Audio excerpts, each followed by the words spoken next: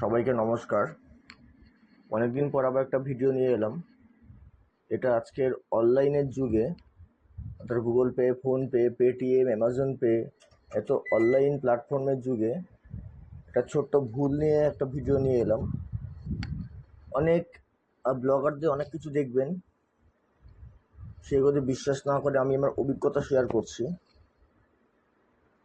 যেমন আপনি কাউকে গুগল পে বা ফোনপে বা পেটিএম হোয়াট এভার, আপনি কাউকে ট্রানজ্যাকশন করছেন ব্যাংকের অ্যাকাউন্টে, ট্রানজ্যাকশনটা কোনো কারণে আপনার রং ট্রানজ্যাকশন হয়ে গেল, তখন আপনি কি করবেন? অনেকে হাতড়াবেন যে কি করবেন। নমস বলে বা অনেক ব্লগারে অনেকে অনেক কিছু বলে, যেমন এনপিসিআইতে গিয়ে ওখানে রিপোর্ট করতে হবে।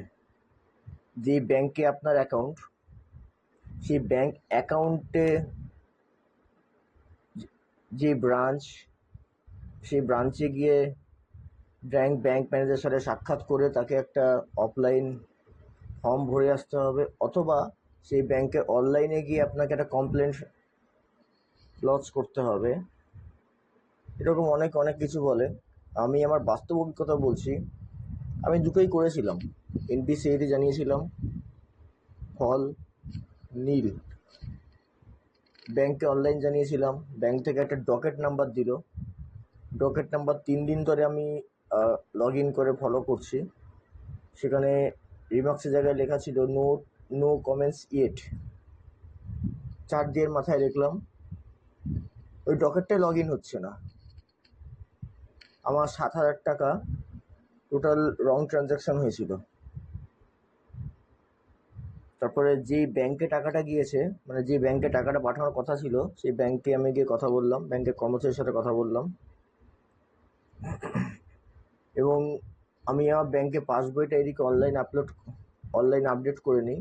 আপডেটে আমি সেখান থেকে যে অ্যাকাউন্টে টাকা পাঠিয়েছি সেই অ্যাকাউন্টের নাম্বারটা পেয়ে যাই, স্পেশালি প্রথম 4টে নাম্বার থেকে বোঝা যায় সেটা কোন ব্যাংক অথবা সে কোন ব্রাঞ্চ। ওখান থেকে ডিটেলসটা বের করে আমি যেই ব্যাংকে টাকা পাঠানোর কথা ছিল সেই ব্যাংকেরই আমার লখনৌ ব্রাঞ্চে চলে যায় টাকা। যাই হোক, আমি ব্যাংকের সাথে কথা বলি। আমাকে তৎক্ষণাৎ, প্রায় 4 দিন পরের কথা বলছি, আমাকে তৎক্ষণাৎ একটা অ্যাপ্লিকেশন করতে বললো। আমি অবশ্যই অ্যাপ্লিকেশনটা করলাম। আমি জাস্ট 10 মিনিটের মধ্যে অ্যাপ্লিকেশন করে আমার ডকুমেন্টস জেরক্স করে যাকে পাঠানোর কথা ছিল টাকা, তার অ্যাকাউন্টের ডিটেলসটা জেরক্স করে, অর্থাৎ ফটোকপি করে ব্যাংকে জমা দিই, এবং যে অ্যাকাউন্টে টাকাটা গিয়েছে সে নামটা বের করে তার অ্যাকাউন্ট নাম্বার সহ ডিটেলস একটা অ্যাপ্লিকেশন করে ব্যাংকে জমা দিই। ব্যাংক থেকে বলে আপনাকে আজকে রাতে বা আপনাকে আজকে সন্ধ্যার মধ্যে অথবা আগামীকাল ফোন করে জানানো হবে। এবং প্রায় তখন ঘড়িতে 6:45 কি 7টা বাজে, কি 7:05-10 হবে, তখন আমার কাছে ব্যাংক থেকে ফোন এলো। ব্যাংক থেকে ফোন আসাতে ভাবলাম কোনো নিশ্চয়ই ভালো খবরের আশাতে, সত্যি ভালো খবরের আশাতে আমাকে পরের দিন বলে আপনি অবশ্যই ব্যাংকে চলে আসুন, আর যেই অ্যাকাউন্টে টাকা ট্রান্সফার করার কথা ছিল তাকে একটু ব্যাংকে নিয়ে আসবেন। এবং সেই হিসাবে আমি সেই রাতেই সেই যাকে টাকা ট্রান্সফার করার কথা ছিল তার পক্ষ থেকে একটা অ্যাপ্লিকেশন রেডি করি। সে সাইন করে, তবু আমি অ্যাপ্লিকেশনটা গিয়ে সে তার উপস্থিতিতেই আমি ব্যাংকে জমা দিই।